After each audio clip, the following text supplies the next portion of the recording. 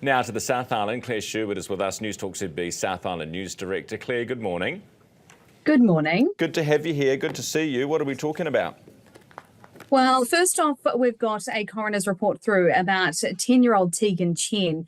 She's the young girl who was here on holiday from Australia. It was about 18 months ago now.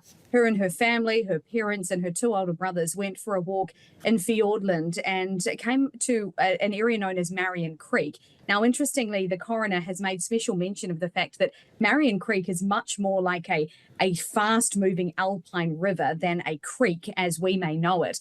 Tegan was crouched down or squatting near the creek when she was swept into the water, taken downstream and tragically passed away.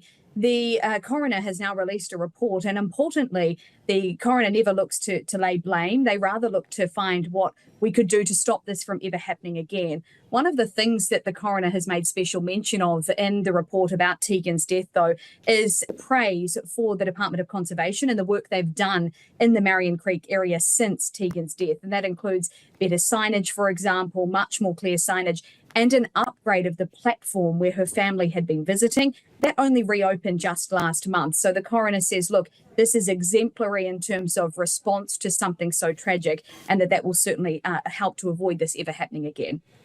Yeah, it sounds like that would be a good thing too. Claire, all of Christchurch's city councillors back, or wanting back for another suck of the sav, not necessarily in their existing roles, but all running again for council.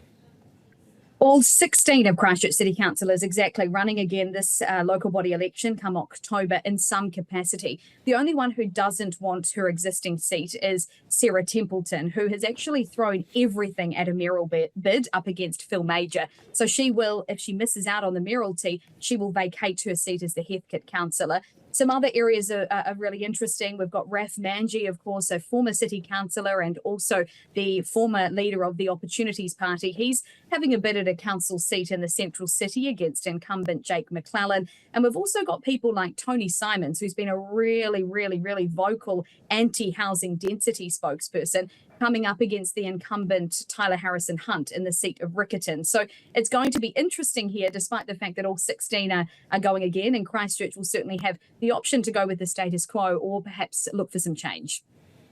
Claire, appreciate your time. Claire Sherwood, News Talk ZB South Island News Director with us this morning.